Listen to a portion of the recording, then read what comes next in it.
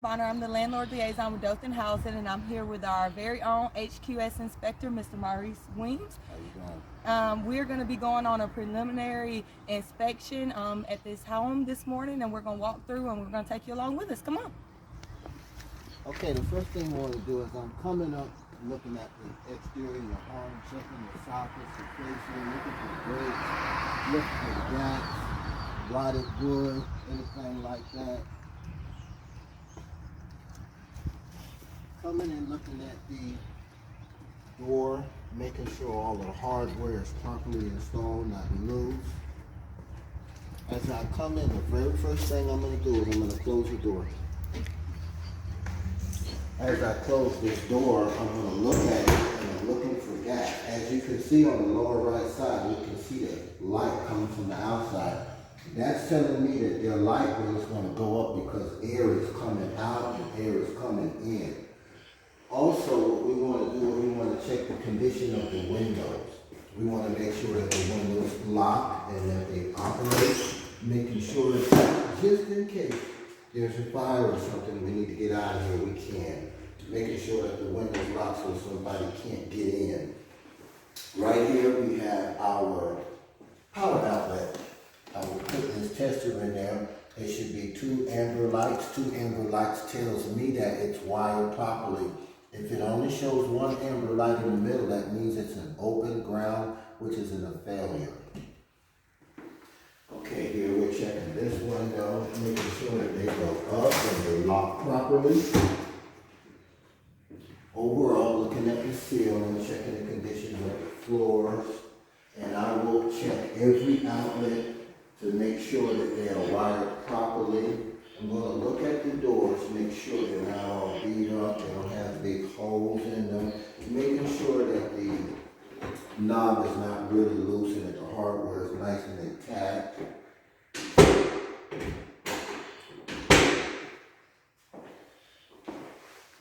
Still check all doors.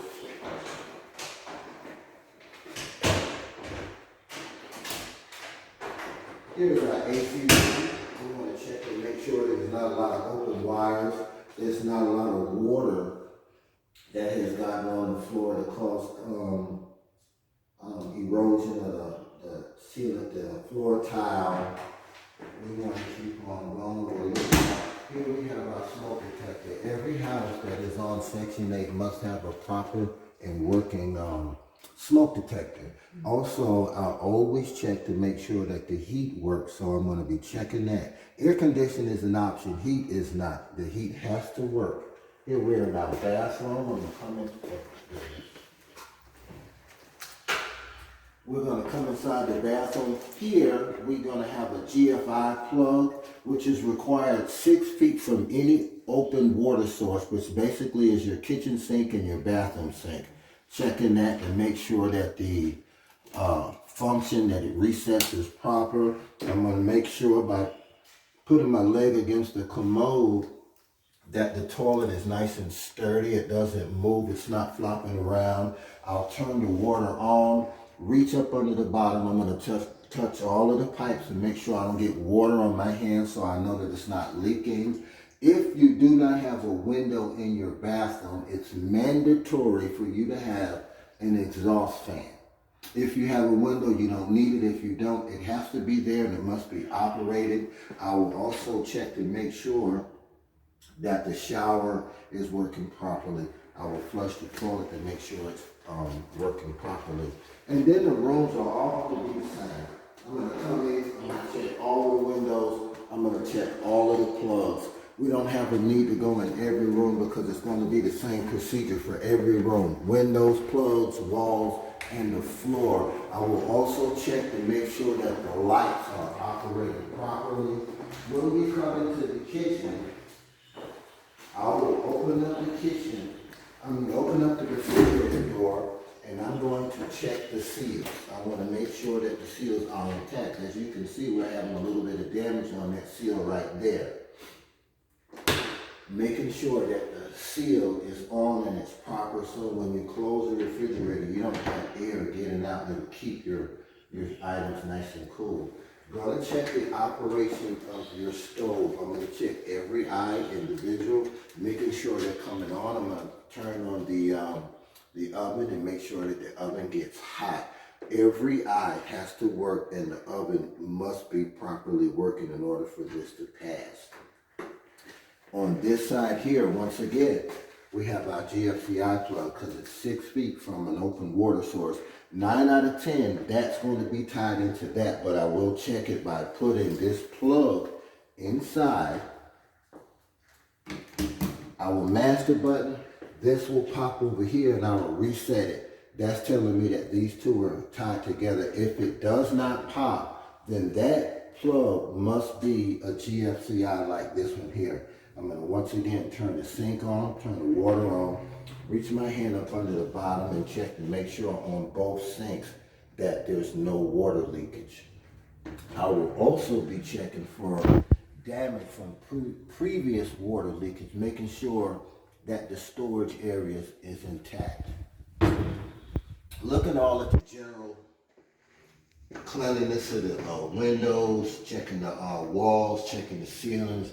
Just, you know, a good overview of what's going on. Checking all of the windows, making sure that they open, they close, and they also lock. And that'll be it for the kitchen. And I'll go in every room, making sure that the lights are on. So please put in brand new light bulbs whenever you know them coming out. Here we have the fuse box. This is going to be our laundry room. It is not required to have a GFI at this plug because this is not considered to be an open water source because hoses will be hooked up to that. In your fuse box, I'm going to be checking to make sure that these blank off plates are in place. If they're missing and I can put my finger in there, that's a failure because this is high powered wires back there and the child can put their hand back there and get shocked. Here we have our water heater, and I'm going to be checking for a pressure relief valve, which is right here, in that it has at least a 6-inch pipe on it, and it's directing the water away from an individual. This is mandatory. The pipe has to be at least 6 inches. Just looking for the general condition of the water heater, making sure it's not all rusted out, and the lights. Okay, so this is pretty much what we're going to do when we go into a unit, whether it's a house or an apartment. We're just generally making sure that it's a livable place for our tenants. And also, when we do our annuals, we also making sure that the tenant is taking care of the house. Once we come in here, we know the condition when the tenant first moved in. So the annuals are not only making sure that the homeowner is keeping the house up to code, but that the tenant isn't destroying the house as well. Then we normally go outside, and I just take a general overview, making sure that the grass is cut, there's not a lot of debris in the yard. I'm checking the overall condition of the houses, making sure we don't have rotted wood, checking the windowsills to make sure that the wood that surrounds the windowsills is not rotted out. This is a more modern home, so it doesn't have the wooden windowsills on it. Just checking everything, making sure everything is intact.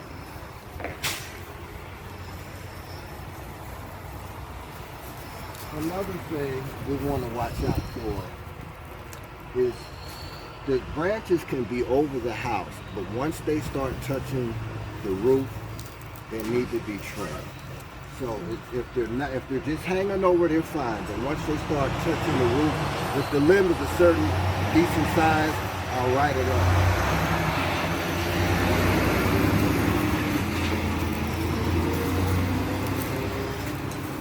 Also, some of the older homes that are not vinyl sided have access panels around the side. The access panels don't need to be open. If they're open, put a wooden board in some kind of way to keep it closed.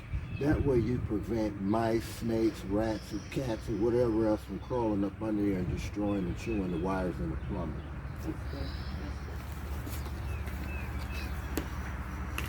Checking the condition of the fence. The fences are basically a safety hazard for the kids, So if the fence is all tore up and it's hanging down and the kids can cut themselves, I generally have to ask the homeowner to please get the fence, either remove the fence or repair the fence so it's not a safety. Making sure that there's not a lot of debris left from the previous tenant in the yard, just overall the cleanliness of the house. Now this house, as you can see, at some point it's going to start to need a little bit of pressure washing. You can see the mold or the mildew starting to form up over here.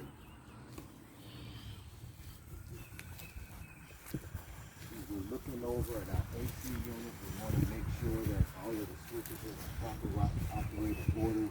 We don't have exposed wires.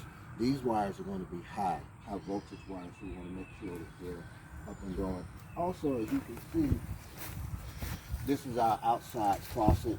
It's nice to have a handle on here and to make sure that the tenant can open and close the faucet if needed. If they want to wash their car, wash out their garbage can, and so forth.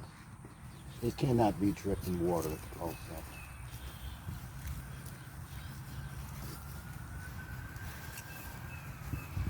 That would be a write-up. Little children throwing rocks at the windows, the homeowner would have to repair that before we could release it for Section 8. And this is a general overview of what the inspector is looking for. If you could manage to check all of your plugs, make sure they don't have open grounds, make sure they're not wired backwards, making sure that your GFIs are in the kitchen and in your bathrooms, making sure that the carpet is intact, it doesn't have a whole lot of on the corners coming up and stuff like that. Just a house that you would be proud to live in is basically what we're trying to give our tenants, and we're telling our tenants, please take care of the home that the homeowner has given you. And that's about what we're generally looking for. We're not nitpicking, we're just trying to get the tenants a decent place to live and the homeowner keeping everything up to code. That way the tenant's happy, the homeowner's happy, everybody's happy, and we get people off of the streets. All right. Well, Mr. Maurice has told you guys so much about this inspection and what you look for going through the process. So now I'm going to give you, before I let you go, I'm going to give you a few tips on how to maximize your return on your investment when coming to our program and joining us. So we're going to go take a look back inside, and I'm going to tell you a few things that we can do to increase that net worth for that property.